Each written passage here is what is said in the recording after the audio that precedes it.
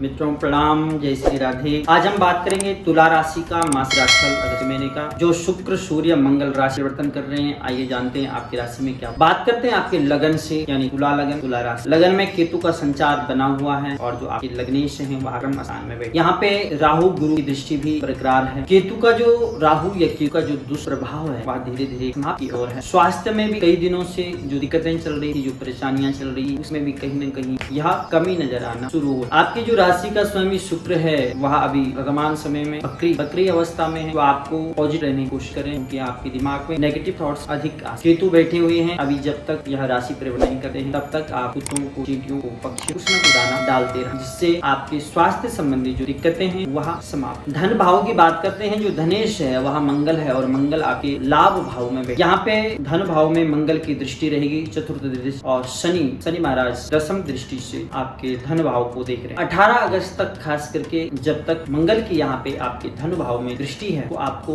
वाणी में कंट्रोल करने की आवश्यकता है, परिवार में समन्वय की भावना रखने की आवश्यकता है। धनागमन बहुत अच्छा होगा, बहुत उत्तम होगा, इसमें कोई संशय। बात करते हैं आपके पराक्रम हाउस की, जो पराक्रमेश है वह बृहस्पति है और बृहस्पति आपकी सप्तम हाउस में राहु के साथ। यहाँ पे गुरु चंडाल योग बना हुआ है। पराक्रम में भी कई प्रकार की जो बाधाएं आ रही थी आपके कार्य क्षेत्र में, वह धीरे धीरे वो भी समाप्ति की ओर, क्योंकि जब भी पराक्रम हाउस में राहु केतु बैठ जाते हैं या राहु केतु के द्वारा दृष्टि होती है, तो आपके जो पराक्रम है, जो आपका चरित्र है, उसमें कहीं ना कहीं दाग लगने की संभावना। लोग आपके चरित्र में अंगुलियां बनाना शुरू कर देते। कहीं न कहीं कई बार क्या होता है कि वास्तव में एक झूठा आरोप लग जाता है। आपने तो बचने की बहुत कोशिश की, लेकिन आप पे आरोप लग गया, भले वह साबित न हो, लेकिन कुछ दिनों के लिए, कुछ समय के लिए आपको बदनामी का सामना करना पड़ा। तो ये अभी बरकरार है ये स्थिति, खास करके अक्टूबर, लेकिन कहीं ना कहीं इनमें धीरे धीरे कमी आना शुरू हो जाएगा। आपके सुख भाव की बात करते हैं, जो सुकेश है वह शनि है और शनि आपके पंचम हाउस में बैठ गए। भूमि, भवन,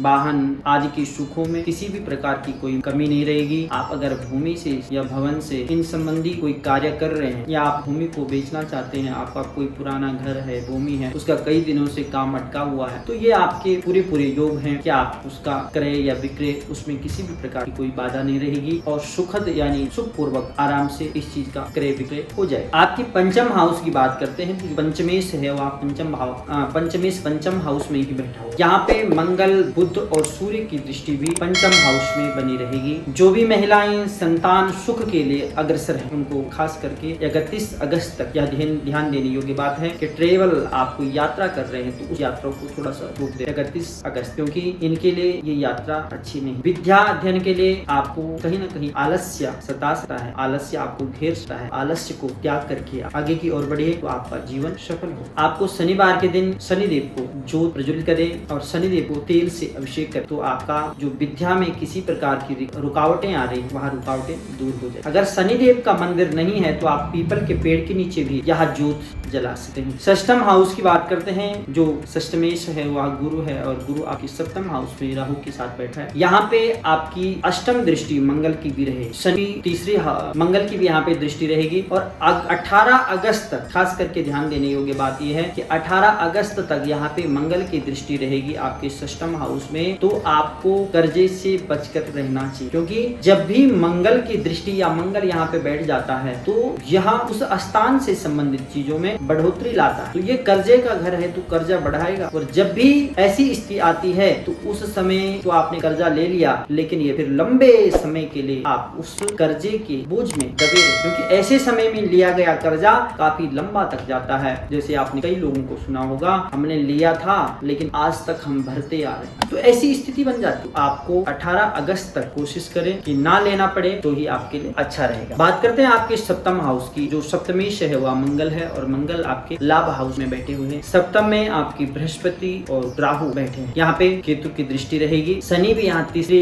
दृष्टि से सप्तम हाउस को देखेगा। ग्रस्त पक्ष और बिजनेस पार्टनर के लिए दृष्टि से देखा जाए तो यहाँ पे बहुत ही अच्छा तालमेल नजर आता है। आपको बिजनेस पार्टनर से भी और ग्रस्त पक्ष से भी लाभ लाभ ही लाभ नजर आ रहा है। बात करते हैं आपके अष्टम हाउस की। जो अष्टमेश है वह शुक्र है और शुक्र आपके कर्म स्थान में बैठ गया, जो कि बकरी होते हुए वह कर्म स्थान में 7 अगस्त को आ जाए। विदेश से संबंधित कार्यों में थोड़ा सा सामान्य नजर आ रहा है, लेकिन आपको एक उपाय बताते हैं कि आप अगर माता का कोई भी अगर आप कोई जाप आता है, कोई पाठ आता है या दुर्गा चालीसा, तो आप इस चीज को करिए, आपके लिए फलीभूत हो। जो कार्य आपके नहीं बन रहे हैं वह कार्य अवश्य बनेंगे। और खास करके श्रावण के महीने में आप अगर शिव आराधना करना चाहते हैं तो शिव जी को पंचामृत से स्नान कराइए, तो ये आपके लिए बहुत ही अच्छा कारगर सिद्ध होगा। आपके भाग्य स्थान की बात करते हैं तो जो भाग्य से हुआ बुध है और बुध आपके लाभ भाव में बैठ रहे। टेक्नोलॉजी से संबंधित या बैंकिंग के क्षेत्र में इन सब चीजों से अगर आप कुछ संबंध रखते हैं तो आपको इन सब चीजों से काफी अच्छा लाभ होने वाला है। दसम स्थान की बात करते हैं तो दसम स्थान में स्वयं शुक्र महाराज विराजमान है, जो कि इनकी दृष्टि सुख भाव में भी है। सुख से संबंधित जितने भी हमारी लग्जरी लाइफ में जो हम कंफर्ट जोन में रहना चाहते हैं, उन सब चीजों में पूर्णता पूर्ति हो, किसी भी चीज की कमी नहीं रहेगी। जैसा आप चाहते हैं वो सब चीजें मिलेगी। नौकरी भी जिस हिसाब से आप चाहते हैं वह नौकरी आपको पर्याप्त मात्रा में मिल जाएगी। आपके लाभ हाउस की बात करते हैं, जो लाभेश है वह सूर्य है और सूर्य उसी स्थान में यानी लाभेश होकर के लाभ भाव में बैठ जाएंगे। 17 अगस्त को यहाँ से पहले ही यहाँ बुध विराजमान है, मंगल विराजमान है। ये लाभ के क्षेत्र में, कार्य के क्षेत्र में ये आपके लिए अच्छा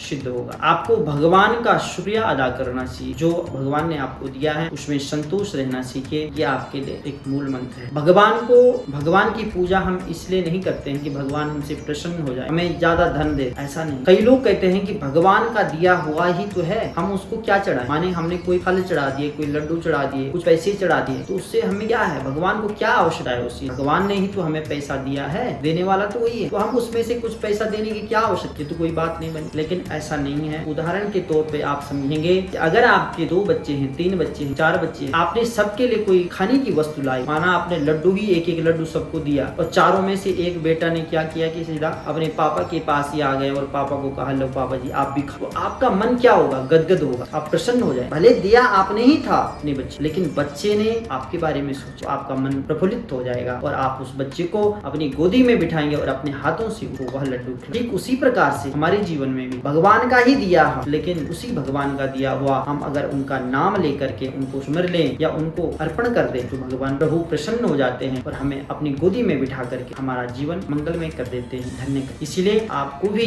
भगवान का शुक्रिया अदा करना है। बात करते हैं आपकी द्वादश हाउस की। जो द्वादशीश है वह बुध है और बुध लाभ भाव में बैठा हुआ है। आपकी वाणी के द्वारा या आपके प्रोफेशन जो भी आप कार्य करते हैं, आप भले खर्चे की ओर जा रहे हैं, भले आप खर्चा कर रहे हैं, आप कहीं घूमने गए हैं, लेकिन उसी खर्चे से ही जहाँ आप खर्चा कर रहे हैं वहाँ से आपको लाभ भी हो। आप कहीं भी चले जाओ, लेकिन उसी रास्ते से आपको कोई ऐसा मार्ग दिखेगा जिससे आपको लाभ होगा और लाभ करा के। तो ये रहा आपके अगस्त का महीने का मासिक राशिफल तुला राशि वालों के लिए। आज के लिए इतना ही। प्रणाम, जय श्री राम।